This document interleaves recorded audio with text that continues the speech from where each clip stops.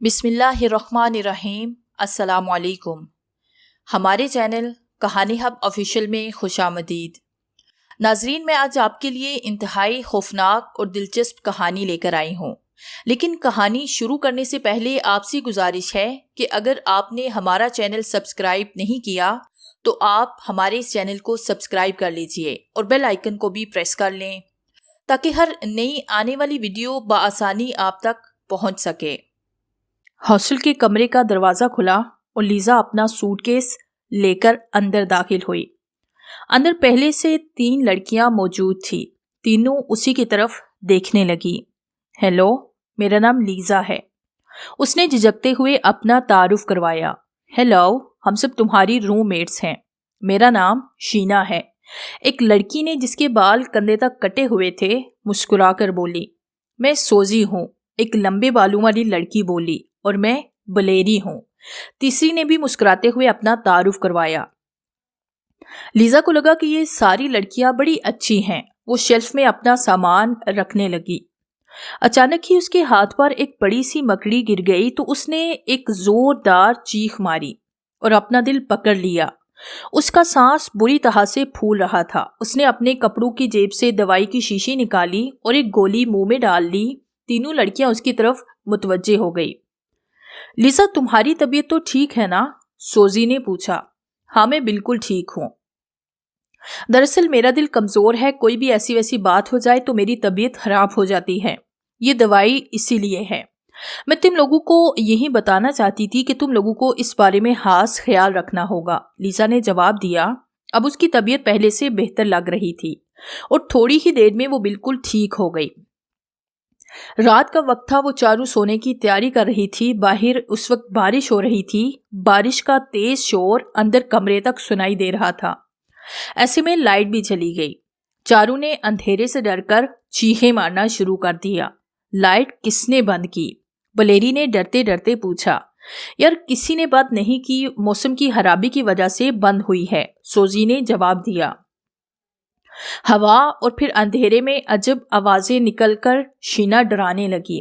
میں ایک آتما ہوں اور میں تمہیں جان سے مار ڈالوں گی، شینا نے آواز بدل کر کہا اور پھر بلیری نے چیخ ماری۔ سوزی، دیکھ لو، اسے یہ ڈرا دھمکا کر مجھے مار ڈالے گی، یار منع کرو اسے پلیز، بلیری التجائیہ لہجے میں بولی۔ شینا، پلیز شرارت مت کرو، سوزی نے مسکرا کر اسے منع کیا۔ وہ بھی اس صورتحال سے لطف اندوز ہو رہی تھی، لیکن شینا سوزی کے منع کرنے کے بھی باوجود پاس نہ آئی اور اپنے بستر سے نکل کر پہلے بلیری کو گدگدایا اور پھر سوزی کو چھیڑنے لگی۔ وہ دونوں اندھیرے میں سوزی کے اچانک اپنے نزدیک آنے پر گھبرا کر چیخ پڑی۔ لیزا اس صورتحال سے بہت پریشان ہونے لگی۔ کچھ دیر تک تو برداشت کرتی رہی اور پھر انہیں ٹوکا۔ دوستو، پلیز اتنا شور مت کرو، اگر کمرے سے باہر آواز گئی تو ہماری شکایت ہو جائے گی، لیزا نے کہا۔ لیکن ان لڑکیوں پر کوئی اثر نہ ہوا، بلکہ وہ مزید کہکہے لگانے لگی۔ لیزا، کیا تمہیں اندھیرے میں اپنے پاس کچھ محسوس ہو رہا ہے؟ شینا نے لہجے کو پر اصرار بناتے ہوئے کہا۔ کیا ہے میرے پاس؟ وہ بکھلا کر بولی۔ تو اچانک ہی شینا نے چپکے سے آ کر اسے گدگدایا تو وہ بیچاری ڈر کے مارے چیخ پڑی۔ تینوں لڑکیاں کہکہے لگانے لگی۔ اف، کتنی شریر ہو تم لوگ، لیزا اپنے ڈر پر قابو پاتے ہوئے بولی۔